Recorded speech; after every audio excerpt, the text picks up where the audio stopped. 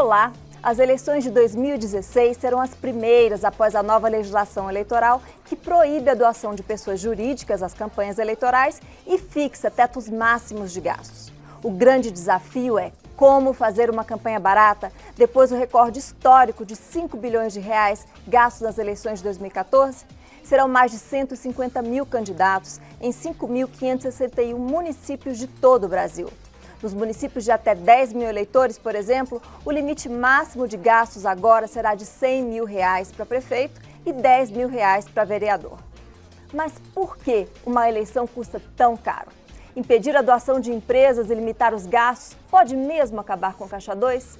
Sobre essas e outras questões é que nós vamos conversar aqui no Expressão Hoje, que recebe no estúdio o deputado Antônio Carlos Mendes Tame, do PV de São Paulo, o deputado Hélder Salomão, do PT do Espírito Santo, o deputado Joaquim Passarinho, do PSD do Pará, o deputado Marcos Rogério, do DEM de Rondônia, e no Salão Verde, Roberto Carlos Fontes, consultor legislativo da Câmara dos Deputados. E via teleconferência, nós teremos também a participação do diretor executivo da ONG Transparência Brasil, Manuel Galdino. Senhores deputados, muito obrigado por estarem aqui hoje, por terem aceito esse convite. Nós estamos com um tema muito importante, né? As eleições estão aí para acontecer. Eu trouxe um gráfico, a gente vai abrir o programa, relembrando os gastos da eleição de 2014, né? Porque eu quero abrir o programa perguntando aos senhores por que uma eleição tem custado tão cara, né? O que um parlamentar ou outro político precisa para se eleger e como é que, se realmente nós vamos reduzir os gastos desse tanto, o que vai acontecer com essas eleições, né? O que os senhores esperam? Eu queria chamar o gráfico, gente, dos principais gastos. Bom, 2,19 bi com publicidade, é mais da metade, quer dizer, é a espetacularização da política em números, né? É isso. Depois vem pessoal e transporte, mas assim, é muito menos, né? Então, por que os candidatos dependem tanto de publicidade, né? Depois pesquisas eleitorais é muito pouco, 179 milhões, eventos. Deputado Antônio Carlos Mendes Tame, o senhor é um crítico aos altos custos de campanha. Por que elas saem tão caras? Na verdade, é isso mesmo, na prática? O que houve, essa mini reforma eleitoral, tocou na perfumaria, não tocou na essência. A essência é resolver os problemas. E um dos problemas é o custo da campanha. Para diminuir o custo da campanha, trocá-lo, deixar de ser privado para ser público, ou de público para ser privado, não resolve nada. O que resolve é diminuir o colégio. Na maioria dos países, cada 100, 150 ou 200 mil eleitores é um eleito. O senhor fala de mudar o tamanho do distrito eleitoral, né? Exatamente. Ou a distritalização propriamente dita, ou a regionalização. O estado de São Paulo, por exemplo, tem 32 milhões de eleitores. A Argentina inteira, somando Buenos Aires, Grande Buenos Aires, Bariloche, Mendonça, Córdoba, Malvinas, todos os distritos que são estados lá é chamado de distrito, somando tudo dá 27 milhões de eleitores. Nós temos 5 milhões a mais no estado de São Paulo. Tem sentido um candidato a deputado estadual percorrer o estado inteiro para ser candidato a deputado estadual? Tem sentido um vereador de São Paulo ser candidato e se reportar a 12 milhões de eleitores? Não. É uma eleição caríssima e ele vai disputar com pessoas que têm dinheiro ou já têm seguidores fiéis, que é o caso das igrejas, ou que já são comunicadores de rádio e televisão, em suma, pessoas que já têm na sua vida, já fazem isso que você colocou tão bem, gastos imensos em propaganda. Por quê? Para contar que é candidato. Porque fazer uma campanha política é só contar que é candidato. Não dá nem tempo de fazer campanha, de mostrar teses e ideias para o eleitor. Isso é muito raro, não dá tempo. A gente estava conversando sobre isso antes do programa, o deputado Joaquim Passarinho falava exatamente a mesma coisa, né? O custo dele para chegar nos lugares que ele tem que chegar. Tem uma declaração do senhor que é muito interessante. O senhor fala, ninguém aguenta mais a forma como é feita a campanha eleitoral hoje. É pelo mesmo motivo do deputado Mendestano? Com certeza. Acho que a forma que nós chegamos é uma forma que é ruim para todos. É ruim para o eleitor, é ruim para os políticos, né? Que se criou esse mecanismo quase meio folclórico de fazer uma eleição, que precisamos gastar tanto, como você falou, em propaganda. Os marqueteiros saem milionários dessas campanhas, né? Se criou a expectativa de que um marqueteiro elege um prefeito, elege um governador, já é um presidente da República. Se criou uma dependência. Ficou quase uma dependência. Então, você ficou muito refém dos marqueteiros, de grandes produções, porque como você tem distâncias incríveis para percorrer, no meu estado do Pará, por exemplo, então você acaba usando os meios que você tem para poder chegar em todos os lugares. Mas eu acho que essa fórmula, ela já acabou, né? Ninguém aguentava mais. Os custos estavam indo numa situação que ninguém aguentava, nenhum partido político estava aguentando bancar os custos de campanha. Aconteceu o que estava acontecendo aí com todos os partidos. Então, eu acho que você baratear a eleição, né, vai ser um primeiro momento agora que nós vamos fazer nessa eleição, ela é essencial para que a gente possa realmente eleger aqueles que têm algum trabalho. Essa eleição vai ser mais fácil para quem tem um trabalho. E mais fácil também, como o Mendes colocou, para quem tem na igreja, né, que já tem um nome, né, um artista, um radialista, um apresentador de televisão, Mas esses já estão na mídia. Mas o candidato não aguenta mais? O custo. O custo é altíssimo. Se você deixasse, por mais que tenha sido uma mini reforma, como o Tami falou, você tirou muito custo de campanha. Você tirando cavalete, você tirou faixa, você tirou banner, você tirou muita coisa. Nós precisamos tirar mais. Não conseguimos tirar os carroções, né, os trios elétricos, isso nós precisamos tirar. Porque aí nós passaremos a ter, realmente, aquele que tem um trabalho, aquele que tem um nome, que tem um prestígio no seu estado, na sua cidade, passar realmente a ter o voto, né? Porque o voto não é aquele voto produzido, não é aquele voto, né, criado no estúdio, mas o voto realmente da pessoa que vai de casa em casa, que conversa com o seu eleitor. Esse é o voto que você tem que conquistar. Eu acho que nós temos que trazer para isso, né? Até porque... Ou seja, retomar algumas práticas antigas que davam né? certo. Eu não me lembro na época que a gente tinha aparecido na televisão, né? Apareceu a foto, a pessoa, e dizia o que a pessoa era, o que ela tinha feito. Tá Né? Eu queria só chamar agora ali na teleconferência o Manuel Galdino, da Transparência Brasil, que ele está esperando para entrar. Ele já está aí? Boa noite, Manuel. Boa noite, obrigado pelo convite. Obrigada a você por estar aqui participando, por estar esperando aqui até agora. Você ouviu um pouco o que os deputados falaram, né? Eu queria saber, eu sei que a Transparência Brasil acha que não vai, essa redução de gastos e a doação de pessoas físicas não resolve o grande problema que é o Caixa 2 e vem inflacionando os custos eleitorais. Se isso não resolve, o que resolve, né? Qual é o problema?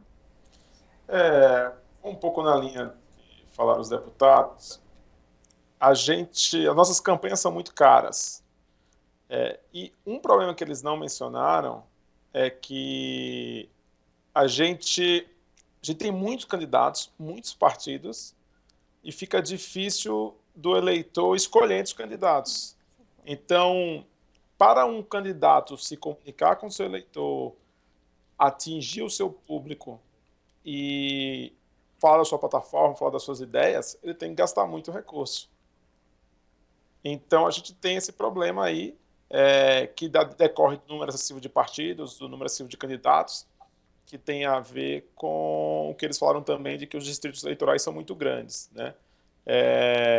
Então a gente precisa reduzir o tamanho dos distritos. Eu não acho que é bom um candidato, uma cadeira por distrito, porque isso tende a produzir o bipartidarismo, e eu acho que a gente precisa manter o sistema de representação proporcional, mas a gente poderia reduzir para 2, 3, 4 cadeiras por distrito.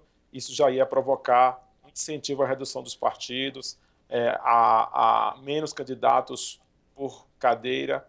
Isso reduziria o custo das campanhas. Tá certo, Manuel Galdino. Muito obrigada, pela sua participação aqui. Seja bem-vindo sempre aqui ao nosso programa.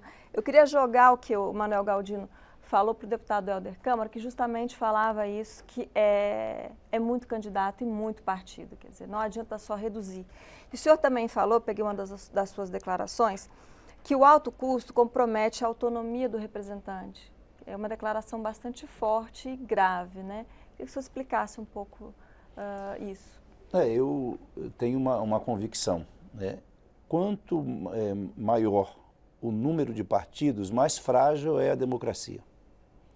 Nós temos mais de 30 partidos. Isso não é bom para uma democracia. É preciso que nós tenhamos, né, uma regra que faça uma depuração dos partidos que nós temos no Brasil. E para isso nós teríamos que discutir alguns temas importantes como cláusula de desempenho, cláusula de barreira, coisa que nós não conseguimos fazer durante... Não houve consenso. Não houve consenso. De fato, eu concordo com o Mendes Tami quando fala que a mini-reforma tratou de temas periféricos. Nós precisaríamos ter enfrentado, né, este debate. Por exemplo, as coligações proporcionais. Todos nós agora, mesmo não sendo candidatos, acompanhamos o processo de montagem das chapas. E nós vemos que, infelizmente, esse modelo de coligações proporcionais estimula, né, o surgimento e práticas que comprometem o fortalecimento da democracia. Muitas vezes, né, em nome de uma coligação que viabilize a eleição de um ou mais representantes, se compromete um debate maior, né, em favor da cidade.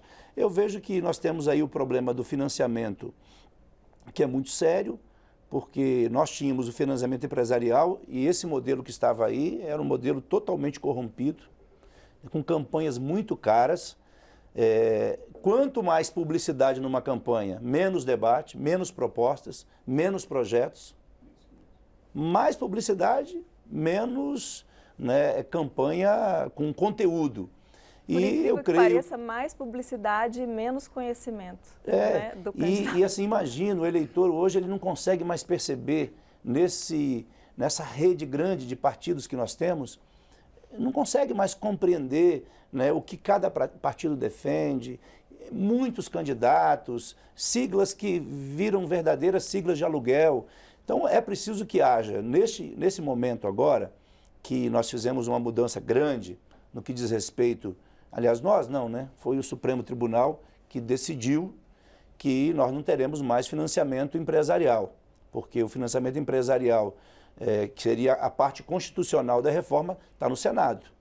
Né? Eu acho que dependendo do que for o resultado deste ano, pode haver uma mobilização aqui no Congresso, primeiramente no Senado e depois na Câmara. Mas não é possível que a gente continue com esse modelo que nós tínhamos, porque as campanhas estavam absurdamente caras.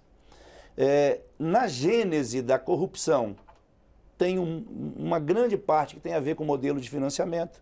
Muitos candidatos vão captar os recursos, já se comprometem antecipadamente antes da eleição.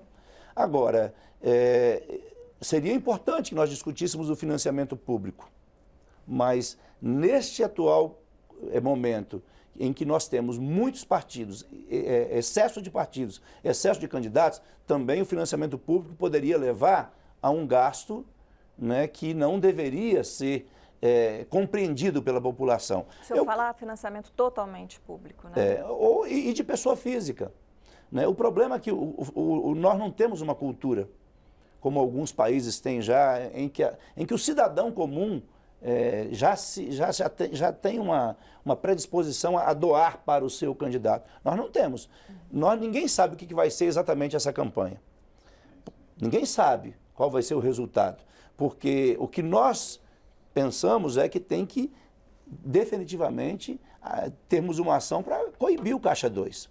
A pergunta é, nesse modelo que está aí agora, da maneira como foi implantado, o que será feito, né, pelos candidatos e como é que a sociedade e os órgãos, né, da Justiça Eleitoral vão fiscalizar o Caixa 2. É um desafio para nós. Agora eu penso que nós precisamos avançar. A nossa democracia ainda é jovem.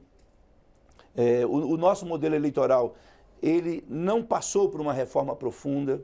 Ele fica, né, Mendes, como você disse, sendo remendado a cada eleição.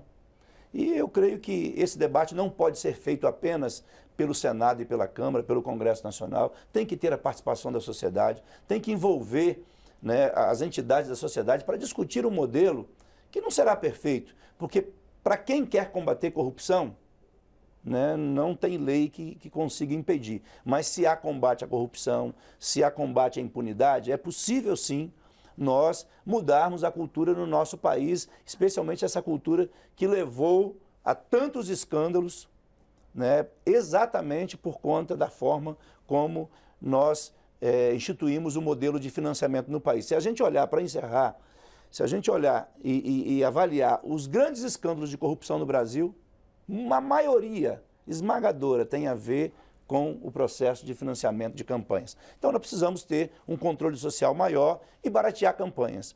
Já barateamos muito, mas temos que baratear ainda mais. Bom, deputado Marcos Rogério, o que o senhor acha? Vai reduzir, a redução de custos vai acabar com esse Caixa 2? O deputado levantou um problema importante da fiscalização. Essa fiscalização ela vai ser mais poderosa, com a proibição também de doações ocultas e tetos. O que vai acontecer? Ninguém sabe, né? Bom, veja, primeiro vai ser a primeira eleição desde 94, onde as empresas não participarão do processo de financiamento da campanha. Eu acho que é um teste importante para o sistema que o Brasil tem adotado. Agora, eu estou mais na linha do que o pessoal da Transparência Brasil está abordando. Eu acho que vai mudar um pouco a forma de se praticar crimes no processo eleitoral. Como? Porque hoje você tem um sistema que privilegia o candidato que é dono de grandes capitais, porque o sistema vai causar uma campanha desproporcional, né? Quem tem dinheiro vai poder fazer campanhas caras. Óbvio, vai ter um teto dentro dos limites dos gastos das eleições 70%, anteriores, de 70%, e nós tivemos, só para lembrar, na eleição de 2012, nós tivemos 3,5 bi de gastos com as campanhas municipais. 3,5 bilhões de reais foram gastos nas eleições municipais de 2012. Portanto, esse é um grande teste.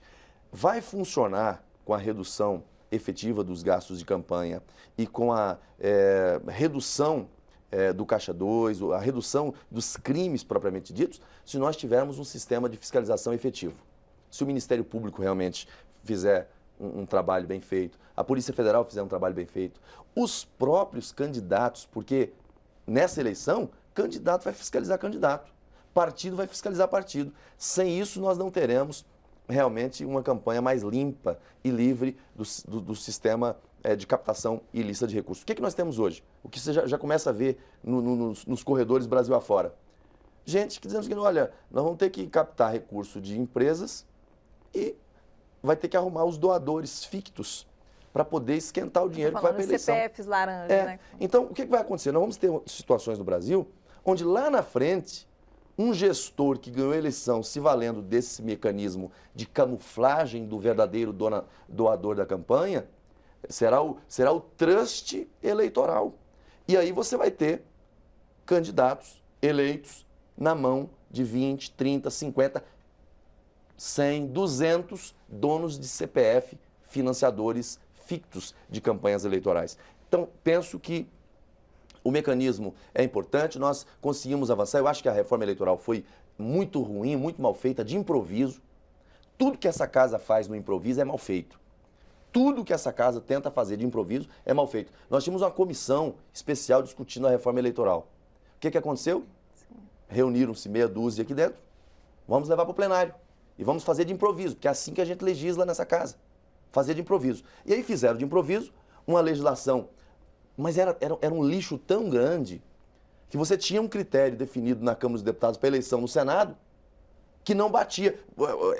4 anos e 5 anos. Saiu daqui esse monstrengo e foi para o Senado.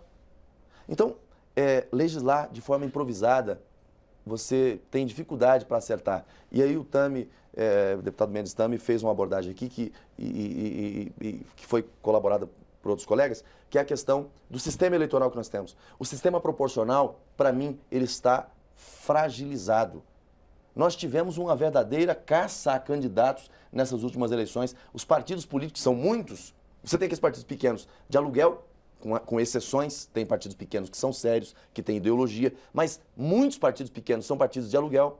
E aí você tem lá 3, 4, 5, 10 candidatos e o cidadão fala, não, eu tenho nomes aqui que vai gerar tantos mil votos. Puxadores de Mas voto. para poder coligar com você, aí vem as conversas paralelas. Então o sistema proporcional, ele acaba alimentando esse regime, esse sistema de financiamento perverso que nós temos. É preciso mudar o sistema proporcional. Eu sou da linha do voto distrital. Eu defendo o voto distrital, que essa casa não conseguiu discutir. Colocaram como se fosse uma coisa antidemocrática, uma coisa que reduzia a participação das pessoas. Mas o voto distrital coloca o candidato diante da sua base eleitoral. Você tem candidato que recebe votações extraordinárias em regiões que ele nunca foi lá visitar. Que ninguém Deputado, mas nós conhece vamos ele. entrar nessa discussão depois, porque essa é uma discussão grande. Aí só lembrando, porque assim, o senhor falou, algumas coisas foram de improviso, mas o tema é discutido na casa há mais de 20 anos, né? Ele vai e vem e não consegue chegar a Com raras uma exceções. decisão. O que sai das comissões especiais por violência de quem está na presidência da casa, o colégio de líderes, e vem votar no plenário da casa de improviso, como Assim, foi a reforma, fatalmente não sai coisa boa. Tá bom. As experiências que nós temos têm apontado para esse caminho. Tá bom. Eu queria chamar agora lá no link do Salão Verde o nosso consultor legislativo aqui da Câmara, Roberto Carlos Pontes. Roberto, você me ouve? Sim, eu ouço sim. Boa noite, né? Primeiro, bem-vindo. Obrigada Boa noite. por estar aqui participando. Eu queria colocar uma questão para você de um estudo de um colega seu, um consultor legislativo, que é o Arlindo Fernandes. Ele estava explicando que a Constituição de 88 já tinha vedado a contribuição de empresas. Mas na CPI do PC Farias, como ficou conhecida na época, uma das recomendações foi justamente legalizar a doação de empresas, porque o Caixa 2 aumentou muito quando isso foi vedado. E aí a lei foi mudada e em 97 isso voltou a acontecer e nós retiramos agora para acabar com o Caixa 2. Quer dizer, parece que nenhuma solução, nem outra conseguem resolver essa equação tão difícil, né? É verdade. O modelo de financiamento de campanhas realmente é uma matéria muito complexa. Gostaria de ressaltar um ponto crucial já levantado pelos deputados, que é a correlação do modelo de financiamento com o sistema eleitoral. De fato, essa discussão não foi feita. O sistema eleitoral muitas vezes demanda uma mudança constitucional e não vai ser uma legislação ordinária a cobrir todas as hipóteses. Outro ponto que eu gostaria de destacar é que o modelo de financiamento que temos hoje não é fruto de uma reflexão, de uma concepção de um modelo de financiamento. Ele foi resultado de uma decisão judicial que cortou o financiamento de pessoas jurídicas. Então, o que temos é o que sobrou, com alguns aspectos importantes da legislação da mini-reforma. Eu considero que em alguns pequenos pontos houve avanços. Por exemplo, eu destacaria a questão da transparência. Talvez seja o ponto mais importante da mini-reforma. Agora, todos os candidatos têm que declarar em até 72 horas todas as doações recebidas. Esse é um ponto importante, inclusive de combate ao Caixa 2. Agora, não apenas todos os candidatos, como toda a sociedade, saberá até quanto uma determinada campanha poderá gastar. Isso ajuda o enforcement da fiscalização, que é outro ponto importante de combate ao Caixa 2. Mas esse ponto do Caixa 2 não deve ser visto de forma isolada. Eu entendo que há Caixa 2 no mundo não eleitoral, no mundo comercial, no mundo real, e não há nenhuma razão para crer que esse dinheiro do Caixa 2 que já circula no mercado não possa vir para o mundo eleitoral se não forem atacadas as causas que elevam o custo das campanhas. Tá certo. Muito obrigada, Roberto Carlos. Você continue aí que a gente vai te chamar de novo, já. A gente tem tempo para mais uma colocação. Vou fechar aqui com esse bloco com o deputado Mendes Temer novamente. Ele colocou o que vários senhores colocaram, a questão do sistema proporcional e tal. Isso fala da regionalização. Essa não é uma questão tão nova, mas o que eu sempre escutei foi que é muito difícil passar no Congresso uma mudança no tamanho dos distritos. O senhor, que é um parlamentar tão experiente aqui no Legislativo, acha que tem condições de fazer isso? O grande problema do método de escolha dos candidatos não é um desprezo pela Câmara. Todos têm consciência de que a Câmara dos Deputados é o local onde estão os candidatos, que vão para o Senado, ou vão para ministros, ou saem candidatos a governadores, a prefeitos das capitais. É o grande ninho de candidaturas. Onde que está o problema? O problema está, e por que não muda? Porque quem que vai votar a mudança? São os próprios beneficiados das distorções. Que distorções? Vamos dar exemplos concretos.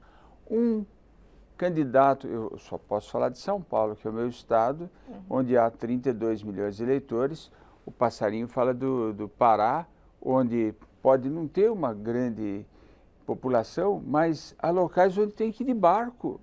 Como que vai de barco?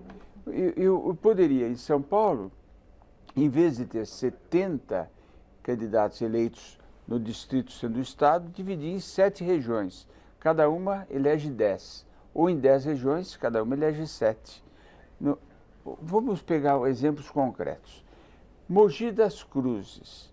Teve um candidato lá, que é presidente de um partido, o pai foi prefeito várias vezes. Sabe quantos votos ele teve lá? 9 mil. Mas no total, somando o voto do Tiririca, que foi um dos puxadores de votos, e mais votos dele, em 2010 ele foi eleito. Outro caso em 2006, vou só dar casos bem emblemáticos. Um candidato do Partido dos Trabalhadores que já havia sido prefeito e foi ministro em Ribeirão Preto. Na região teve 15 mil votos, mas foi eleito. Por quê? Em locais onde ele nunca apareceu, ele tinha alguém do partido pago, instrumentalizado, tinha sido profissionalizado por ele para fazer a campanha dele. Não importa do partido, ele foi eleito.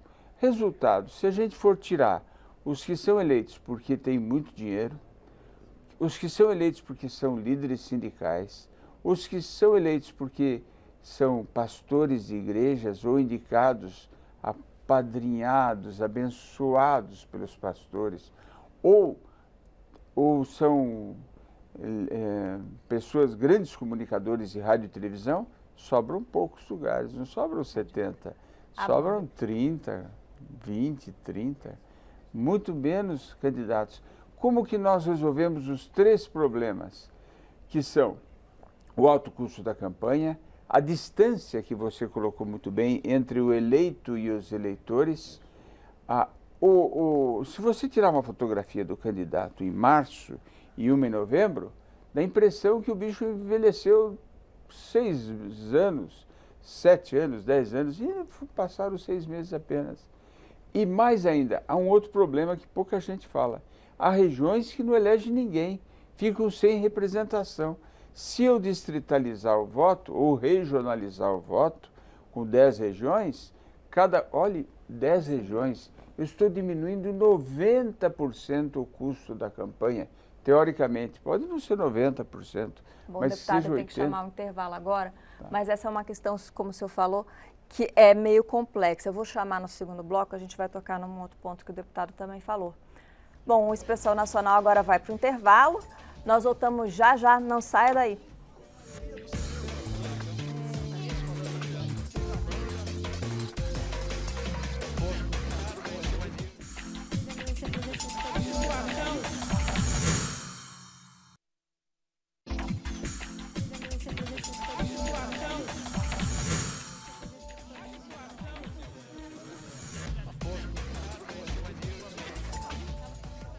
O Expressão Nacional está de volta. Hoje nós estamos conversando sobre as mudanças nas regras para as campanhas eleitorais, com o deputado Antônio Carlos Mendes Tame, do PV de São Paulo, deputado Hélder Salomão, do PT do Espírito Santo, deputado Joaquim Passarinho, do PSD do Pará, deputado Marcos Rogério, do DEM de Rondônia, e no Salão Verde nós estamos ainda com Roberto Carlos Pontes, consultor legislativo da Câmara dos Deputados. Senhores, gostaria de retomar esse bloco falando de algo que nós estávamos falando antes do programa.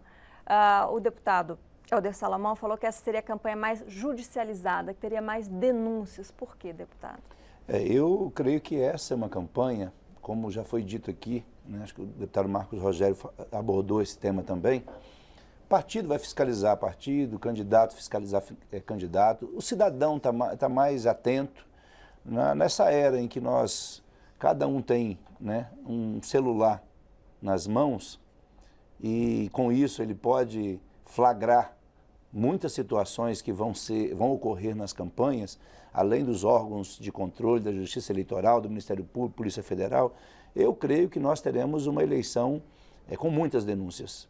E podemos ter, inclusive, muitos candidatos eleitos e que não tomarão posse ou que serão cassados após o mandato em curso. Eu vejo isso porque, assim, a mudança ela é muito grande em relação ao modelo que nós tínhamos.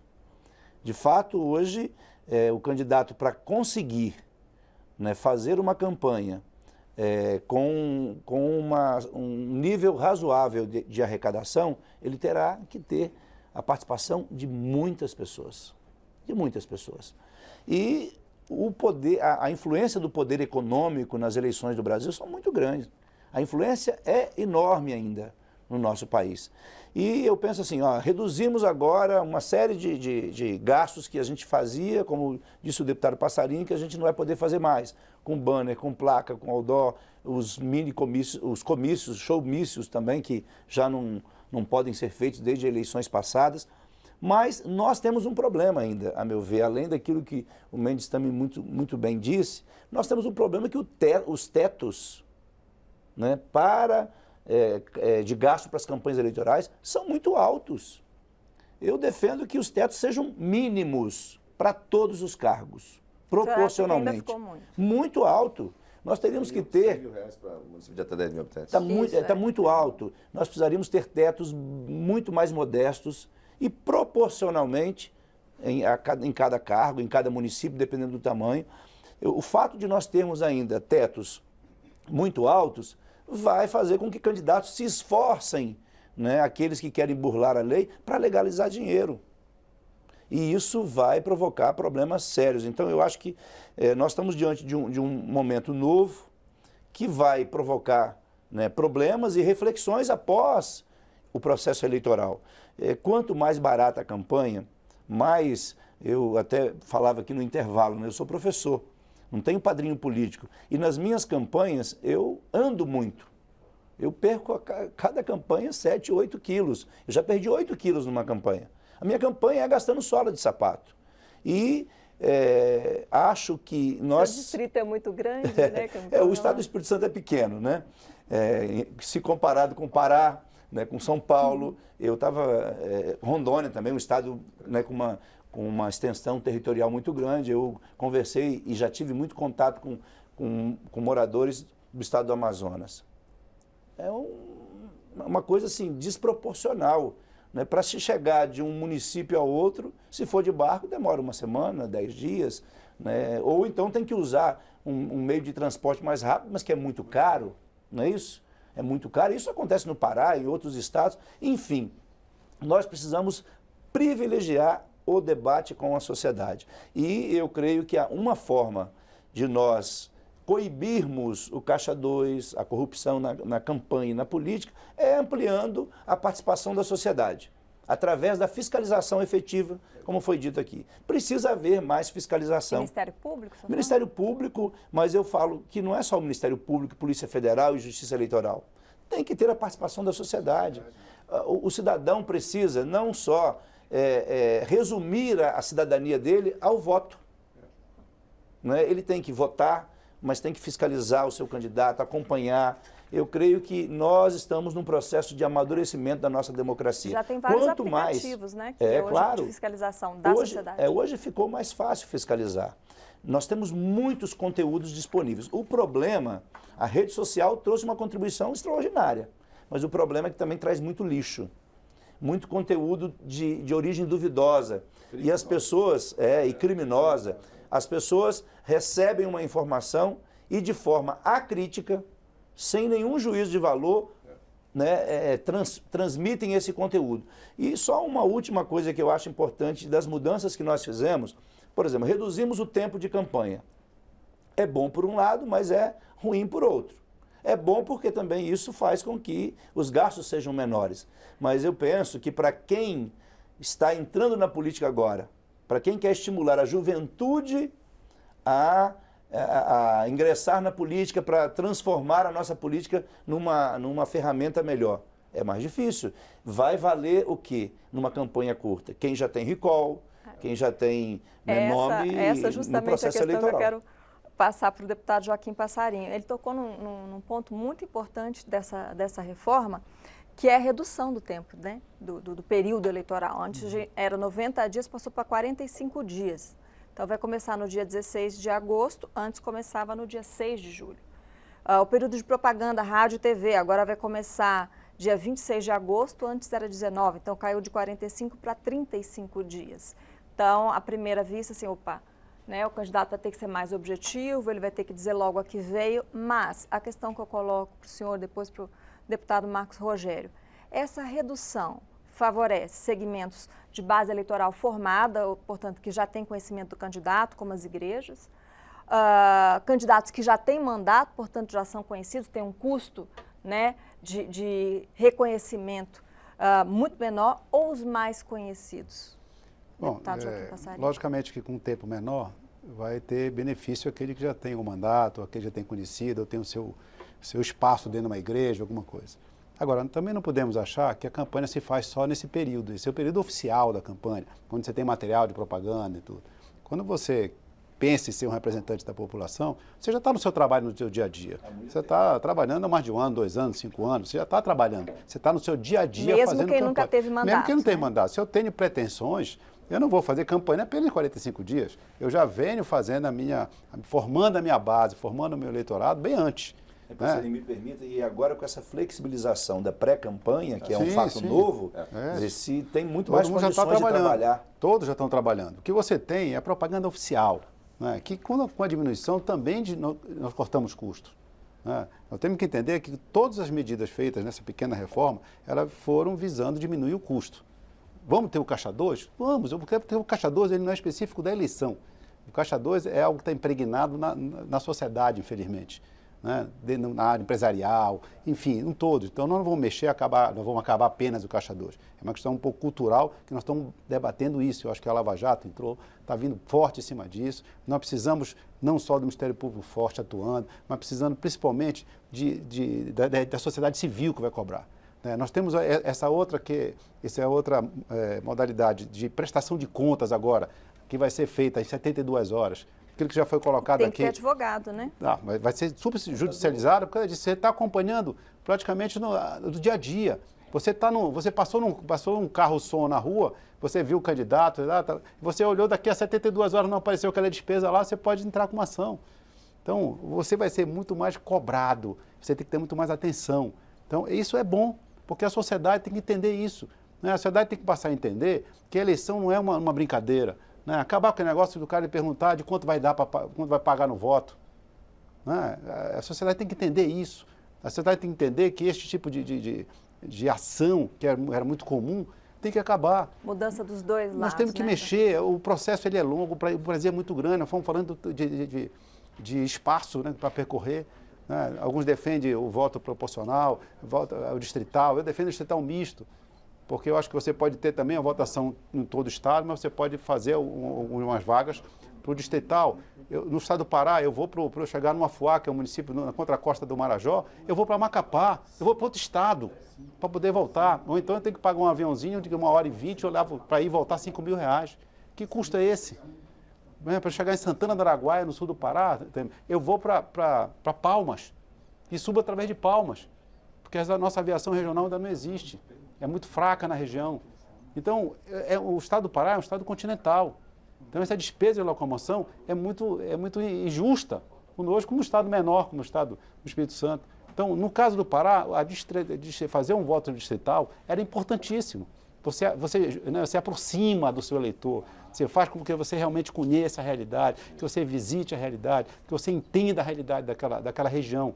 Então, as mudanças, vou dizer, apesar de terem sido aparentemente pequenas, mas no dia de eleição ela está fazendo muita diferença. Né? E agora, é um aprendizado. Eu volto a dizer, é um aprendizado. E não é um problema da eleição, é um problema cultural brasileiro. Nós temos que entender, a população tem que entender que ela tem que participar. O desinteresse da população pela política é muito perigoso. Né? Um dia desse nós estávamos falando uma frase em que dizia o seguinte: aqueles que não se interessam por política estão fadados a ser governados por quem se interessa. Né? Porque aqueles que não querem participar vão ser governados por quem participa.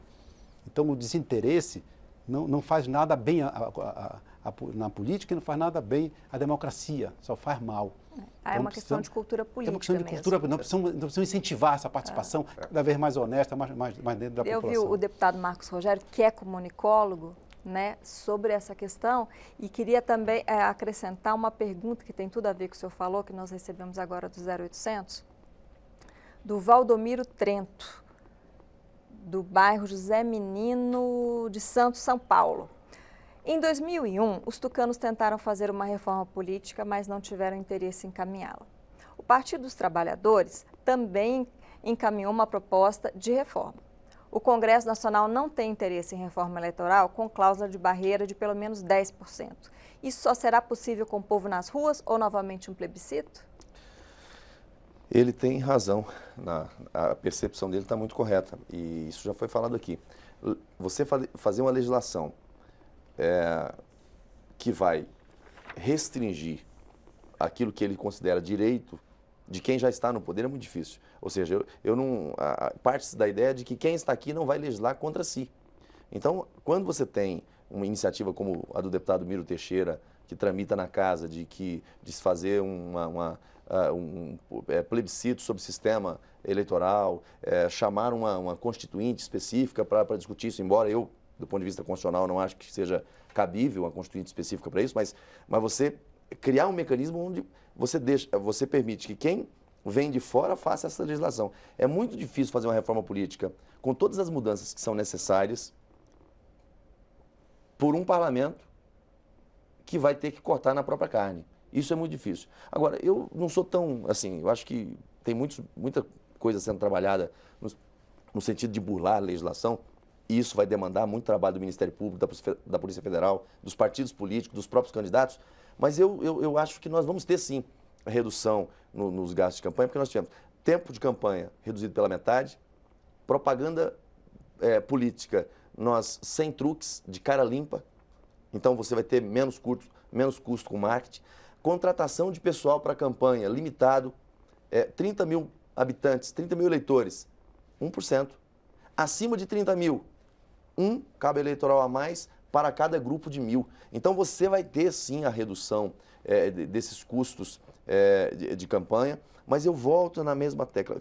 Veja bem, você não consegue reduzir aos patamares aceitáveis com uma campanha tão distante do eleitor como nós temos hoje. Eu fui eleito a primeira vez deputado federal, beneficiado pela chamada coligação, né? Pelo voto de outra candidata que foi bem votada no meu estado. Eu vim o menos votado para cá. Na última eleição, eu fui o segundo mais votado do meu estado de Rondônia. E na minha coligação, veio puxado novamente para cá. Eu fui na minha cidade o mais votado da história. Eu tive 54% dos votos da minha cidade. 54%. As pessoas que me conheciam votaram em mim. Ji-Paraná, né? Ji-Paraná. Então, veja, eu acho que esse modelo nosso ele causa distorções. O Mendes mencionou aqui. Um candidato na cidade dele tem pouco voto, às vezes numa outra cidade distante, que ninguém o conhece, ele tem uma votação robusta que vai fazer dele um representante. Eu acho que você tem que mudar o sistema. Nós avançamos em alguns pontos? Avançamos. Nós temos mais mecanismo de controle agora. Mais mecanismo para fiscalização. Mas sem mexer no sistema, nós não vamos conseguir. Essas últimas convenções agora mostraram isso. Nós tínhamos uma verdadeira caça a candidatos. Marcos José, o problema é que a gente não mexeu no sistema eleitoral. Não mexemos. Não mexemos. Então nós estamos enxugando gelo. Essa é a verdade. Vai melhorar em algum aspecto? Nós temos uma eleição experimental.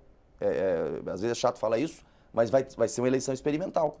Porque pode ser que após essas eleições nós tenhamos que mexer novamente de forma mais profunda, de forma mais responsável, de forma mais transparente com quem está lá na ponta. E o que é fundamental, foi dito aqui também, nós precisamos que a sociedade participe mais do processo eleitoral. Eu faço muitas palestras nas universidades do meu estado. E eu digo o seguinte, é muito cômodo para o letrado, para aquele camarada que acha que é o dono da verdade, ficar lá no meio universitário, lá no meio escolar, nos meios empresariais e apontar onde está errado. Mas quando chega no período eleitoral, ele fica na zona de conforto. Ele não quer participar diretamente e indiretamente ele também não quer se envolver. Então é importante a politização desses segmentos, a participação deles no debate, na cobrança, no acompanhamento, na fiscalização, porque se a sociedade ela não participar efetivamente do processo eleitoral, especialmente a sociedade que quer uma cidade melhor, um estado melhor, um país melhor, nós vamos conseguir mudar esse país. Os senhores estão colocando a questão da participação política, é um tema que está aí realmente pulando, né? Nas ruas, nos textos, na boca dos parlamentares, e se tocou na questão do plebiscito. A Transparência Brasil, por exemplo, é contra o plebiscito sobre os temas da reforma política, porque acha que a sociedade tem dificuldade, é um tema muito técnico para a sociedade, jogar isso na mão da sociedade, né? O senhor acha que, então, como fazer essa população participar de um debate tão importante, né, que tem a ver com a questão da representatividade, e a sociedade tem deixado de forma bem clara que ela quer ser melhor representada, que ela quer participar mais desse processo de representação. Qual a sua sugestão, deputado Mendes? Eu acho que o grande problema do plebiscito é a forma como é feita a pergunta. Se eu fizer uma pergunta já viesada, eu tenho um resultado, às vezes a mesma coisa, é tal história. O cidadão vai para o padre ou para o pastor e pergunta, olha, padre, eu fumo o dia inteiro. Enquanto eu fumo, eu posso ler a Bíblia? O padre diz, não, meu filho, isso é um desrespeito ao senhor. No dia seguinte, ele vai lá e pergunta o seguinte, olha, eu quero ler a Bíblia e, ao mesmo tempo, eu quero fumar. O padre diz, claro, meu filho, todos os momentos são para se louvar ao Senhor. Não é a mesma coisa? Ele não está lendo a Bíblia, ele não está fumando? Como é que pode ter respostas tão diferentes e que induzam a comportamentos tão diferentes?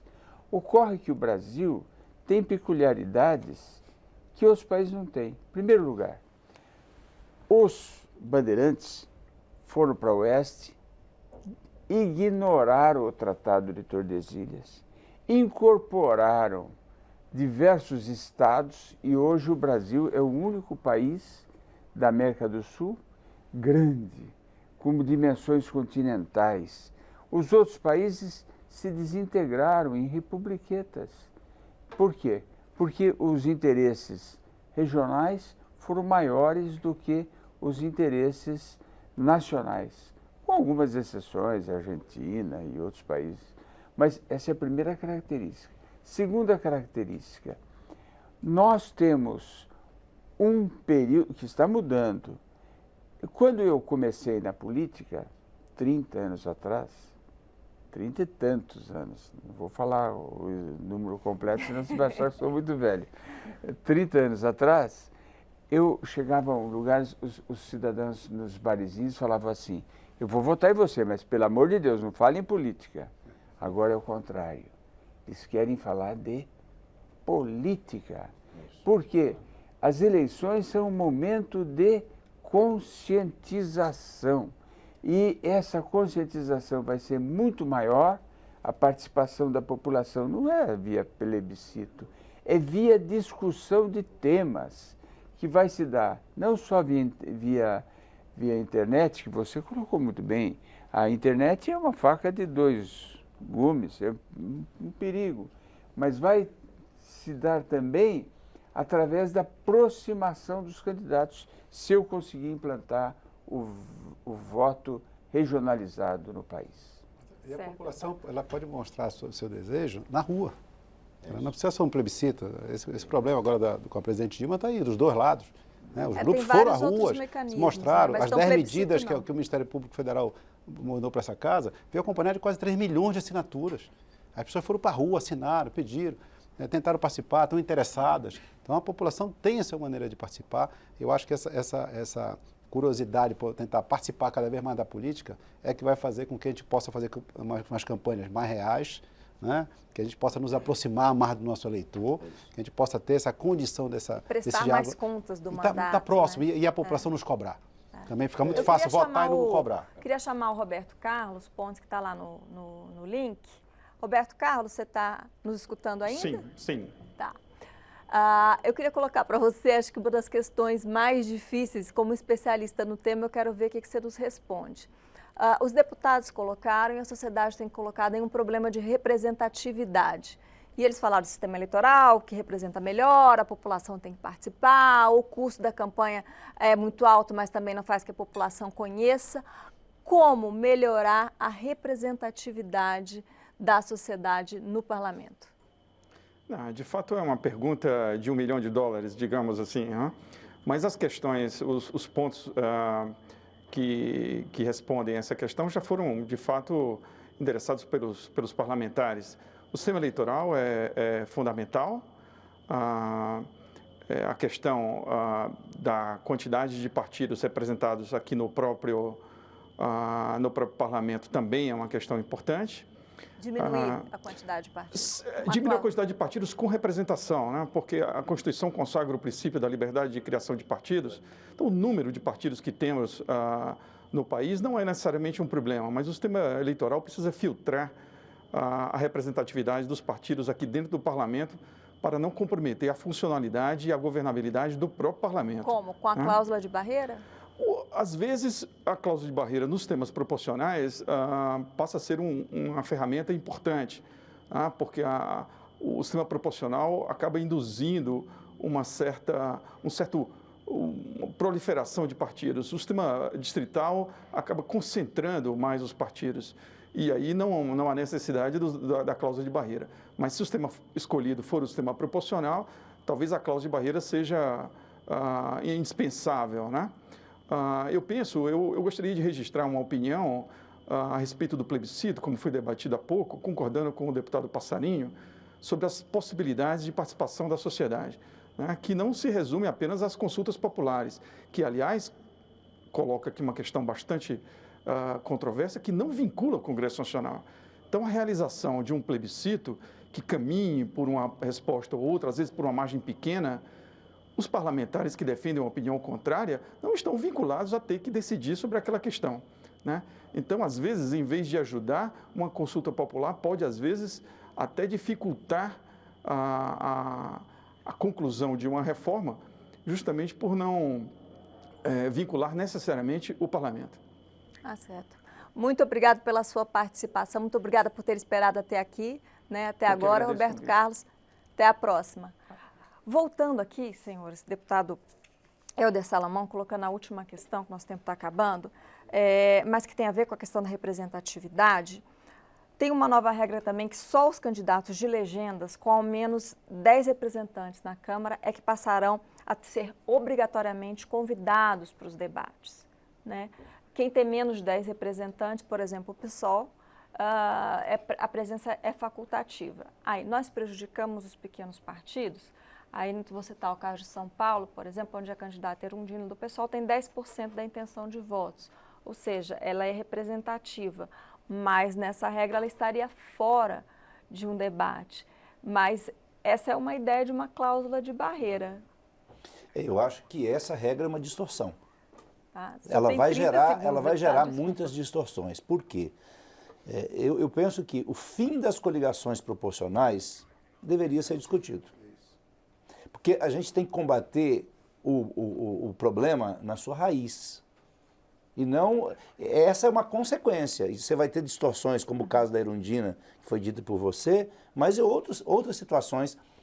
Não é porque um partido não tem 10 deputados aqui no Congresso Nacional, na Câmara Federal, que ele não pode ser... não é obrigado que ele seja convidado. Pode ser convidado, mas não há a obrigatoriedade. Eu penso que o primeiro passo, assim, nós trabalharmos na ideia de depurar o número de partidos que nós temos hoje. E aí não tem outro caminho, é reduzir mesmo, né? E para isso precisa criar, né? O fim das coligações já seria um instrumento importante para que isso acontecesse. Agora, Marco Rogério, só para concluir o meu raciocínio, acho também que não dá para ser assim, aprova hoje para a próxima eleição. Tem que ter uma regra de transição. Até para os partidos provarem que têm representação em todo o território nacional. Deputado, nós temos só mais 30 segundos, eu ainda quero passar por deputado Joaquim Passarinho, se der ainda para o senhor, vamos ver. Acho que o fim da coligação é um caminho. Né? Nós podemos diminuir essa quantidade de partido, quantidade de candidatos, que só faz distanciar o eleitor do seu representante. Então, são posições, caminhos que nós vamos ter que tomar. Essa eleição, o Marco já falou, vai ser um experimento, né? E nós vamos, a partir dela, com certeza, tentar aprimorar ainda mais o sistema eleitoral brasileiro, que é falho. Deputado Marcos Rogério, para finalizar. Para concordar com o professor Helder, é que duvido muito que um candidato que tenha potencial de voto, que tenha uma boa proposta e que seja, por exemplo, do Partido Novo, que não tem nenhum deputado na casa, vai deixar de ser convidado para um debate eleitoral. O que nós não podemos, e eu acho que aí o legislador acertou, é permitir que candidatos, toda a eleição, saia apenas para colocar seu nome, marcar presença aqui e acolá, mas que não tem potencial eleitoral, não tem uma proposta definida e quer participar de todos os debates. Aí você tira a possibilidade daqueles que vão realmente disputar uma eleição de apresentar suas ideias. Acho que é inovação. Eu sou a favor também do fim das coligações, mas aí com o voto majoritário ou distrital. Deputados, muito obrigada pela presença dos senhores. Deputado Mendes Tami, o senhor ainda quer acrescentar 30 segundos, alguma coisa? Obrigado, é um prazer. Eu só queria dizer uma frase, que todo esse processo que vai ser retomado agora após as eleições, que ele se dê com a participação efetiva da sociedade. Nós não podemos, deputados e senadores, decidir o melhor sistema eleitoral para o nosso país ou a melhor legislação eleitoral. Tem que ter a participação da sociedade. Senhores, nós vamos ter que sentar aqui depois das eleições para um novo programa para fazer um balanço, né, de tudo que foi falado aqui. Mas muito obrigada a você também que nos acompanhou aqui até agora. A Expressão Nacional de hoje termina aqui. Se você quiser rever ou compartilhar este ou qualquer um dos nossos programas, vai lá na nossa página câmara.leg.br/Expressão Nacional. Nós também estamos lá no YouTube. Até mais, te vejo no próximo programa.